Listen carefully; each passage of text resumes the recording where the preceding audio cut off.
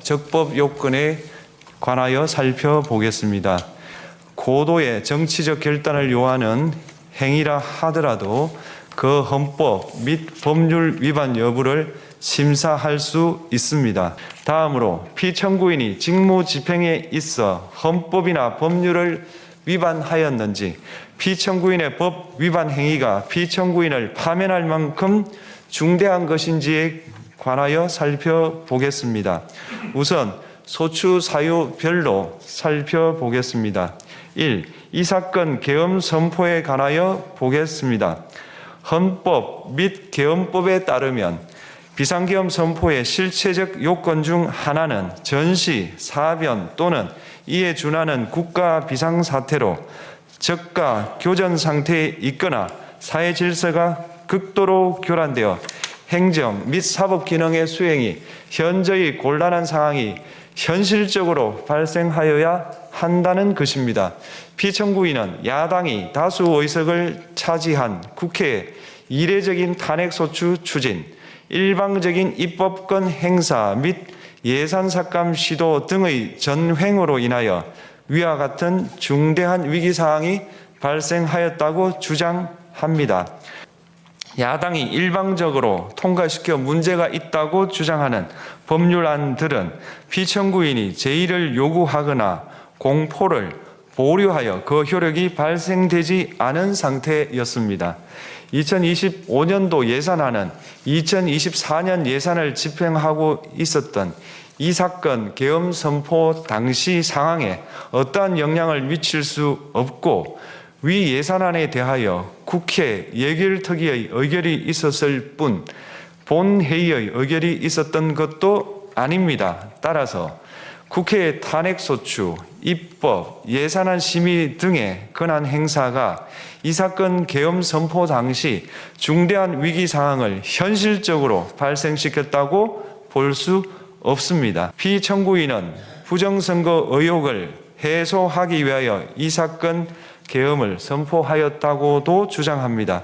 그러나 어떠한 의혹이 있다는 것만으로 중대한 위기 상황이 현실적으로 발생하였다고 볼 수는 없습니다. 또한 중앙선관위는 제22대 국회의원 선거 전에 보안 취약점에 대하여 대부분 조치하였다고 발표하였으며, 사전, 우편, 투표함, 보관장소, CCTV 영상을 24시간 공개하고 개표 과정에 수검표 제도를 도입하는 등의 대책을 마련하였다는 점에서도 피청구인의 주장은 타당하다고 볼 수 없습니다. 피청구인은 이 사건 계엄이 야당의 전횡과 국정위기 상황을 국민에게 알리기 위한 경고성 계엄 또는 호소형 계엄이라고 주장하지만 이는 계엄법이 정한 계엄 선포의 목적이 아닙니다. 비상계엄 선포의 실체적 요건을 위반한 것입니다. 다음으로 이 사건 계엄 선포가 절차적 요건을 준수하였는지에 관하여 보겠습니다. 계엄 선포 및 계엄사령관 임명은 국무회의의 심의를 거쳐야 합니다. 피청구인이 이 사건 계엄을 선포하기 직전에 국무총리 및 9명의 국무위원에게 계엄 선포의 취지를 간략히 설명한 사실은 인정됩니다. 그러나 피청구인은 계엄사령관 등 이 사건 계엄의 구체적인 내용을 설명하지 않았고, 국무총리와 관계 국무위원이 비상계엄 선포문에 부서하지 않았음에도 이 사건 계엄을 선포하였고, 그 시행 일시, 시행 지역 및 계엄사령관을 공고하지 않았으며 지체 없이 국회에 통고하지도 않았으므로 헌법 및 계엄법이 정한 비상계엄 선포의 절차적 요건을 위반하였습니다. 2. 국회에 대한 군경 투입에 관하여 보겠습니다. 피청구인은 국방부 장관에게 국회에 군대를 투입할 것을 지시하였습니다. 이에 군인들은 헬기 등을 이용하여 국회 경내로 진입하였고, 일부는 유리창을 깨고 본관 내부로 들어가기도 하였습니다. 피청구인은 육군 특수전 사령관 등에게 의결 정족수가 채워지지 않은 것 같으니 문을 부수고 들어가서 안에 있는 인원들을 끄집어내라 는 등의 지시를 하였습니다. 국회에 계엄 해제 요구권을 부여한 헌법 조항을 위반하였고 국회의원의 심의 표결권, 불체포 특권을 침해하였습니다. 이 사건 포고령 발령에 관하여 보겠습니다. 피청구인은 이 사건 포고령을 통하여 국회, 지방의회, 정당의 활동을 금지함으로써 국회에 계엄 해제 요구권을 부여한 헌법조항, 정당 제도를 규정한 헌법조항, 대의민주주의 권력분리 원칙을 위반하였습니다. 비상계엄 하에서 기본권을 제한하기 위한 요건을 정한 헌법 및 계엄법 조항, 영장주의를 위반하여 국민의 정치적 기본권, 단체 행동권, 직업의 자유를 침해하였습니다. 4. 중앙선관위에 대한 압수수색에 관하여 보겠습니다. 피청구인은 국방부 장관에게 병력을 동원하여 선관위의 전산 시스템을 점검하라고 지시하였습니다. 이에 따라 중앙선관위 청사에 투입된 병력은 출입 통제를 하면서 당직자들의 휴대전화를 압수하고 전산 시스템을 촬영하였습니다.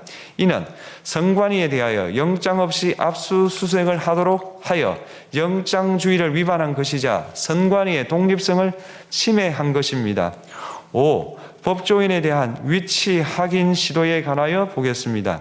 앞서 말씀드린 바와 같이 피청구인은 필요시 체포할 목적으로 행해진 위치 확인 시도에 관여하였는데 그 대상에는 퇴임한 지 얼마 되지 않은 전 대법원장 및 전 대법관도 포함되어 있었습니다. 이는 현직 법관들로 하여금 언제든지 행정부에 의한 체포 대상이 될 수 있다는 압력을 받게 함으로 사법권의 독립을 침해한 것입니다. 지금까지 살펴본 피청구인의 법 위반 행위가 피청구인을 파면할 만큼 중대한 것인지 관하여 보겠습니다.